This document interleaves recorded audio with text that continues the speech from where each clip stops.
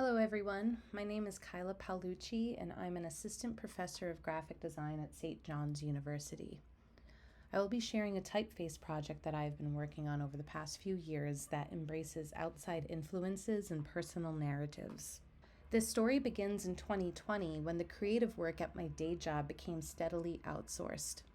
I had begun to feel that the short lifespan of everything that we were creating evoked a sense of nothingness. I desperately wanted to move beyond the immediacy of my daily workflow. I couldn't quit my job, so like many other creators who were going stir crazy during the pandemic, I made a ton of Instagram stories.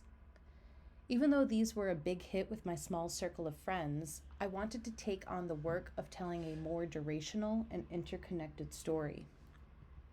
Like many non-New Yorkers, I had the luxury of returning to my hometown after weekly pleas from my family. Wanting to tough it out alone seemed selfish.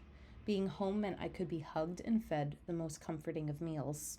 Back in my childhood home, I spent my days doing my work at the same desk that spurred my early interest in web design, until I came across a stark connection to my paternal grandfather, Federico. Federico, or Freddie as he was called, was the first graphic designer I knew. A solitary World War II veteran and Italian immigrant, he found his self-expression in art and written words. I found this photo I took of him when I was in college, standing in front of one of his many handmade yard signs. It displays a loose translation from the King James Bible. Leaders and future leaders, what profit is it to a man if he gains the whole world and himself is destroyed or lost? Others see what you do, but God sees why you do it. The imperfect lettering offers no proper punctuation except for question marks, some periods, and Gutenberg dashes for spaces. The sign itself is made with a handful of humble materials that he likely thrifted from past projects. This sign was catalytic in my decision to finally apply to a low residency grad school and earn my MFA. After returning from the war, Freddie was a factory worker at Brown & Sharp in Providence, Rhode Island, which was a manufacturing company known for making precision tools. He had worked there until the labor strike in the early 80s, one of our country's largest to date, which came in the wake of unemployment due to the company's international expansion and outsourcing.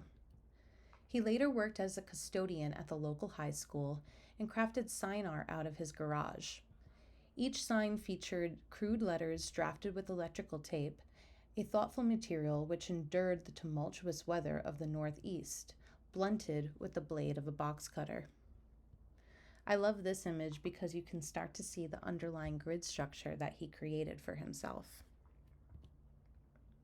Still recovering from a corporate workflow, I spent my days in the basement digitizing the original Federico. I made a portfolio piece in case something like this might help me get hired for a better job, editing its form based on my assumptions of popular taste. I created reels on Instagram to increase my viewership and share my process. I fashioned polls for my friends and followers to help me decide on which uppercase G to go with. Finally, my college roommate stepped in to comment, "If you're making a font about tape, why not just do it in tape?" I was now tasked with exploring this material in real life rather than trying to translate these experiences from a digital workbench. I learned that tape enables diverse constructions across various contexts. As a tool for type design, characters are engineered rather than drawn, allowing for quick reconfiguration and expansion of weights and styles. Type design has become more accessible over the years. It was easy for me to scan in my analog work and refine it in glyphs by way of type design videos I found on Skillshare. Though my result was quirky and fun, I hadn't fully considered its applied future beyond my own personal use. After completing my MFA thesis, I decided my final document would be typeset in the result of this practice.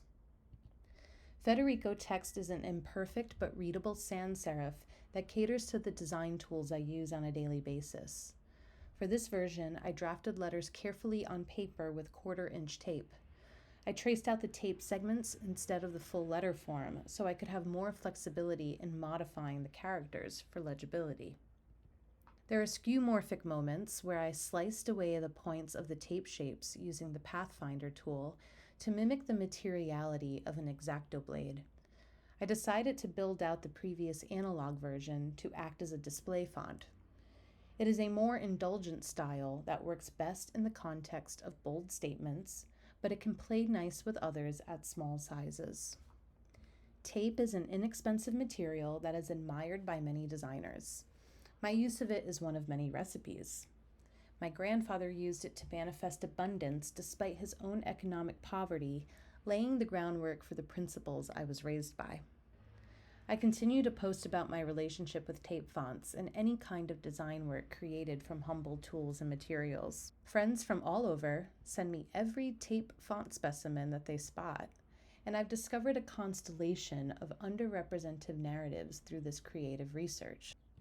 Federico is still under construction as I expand the family.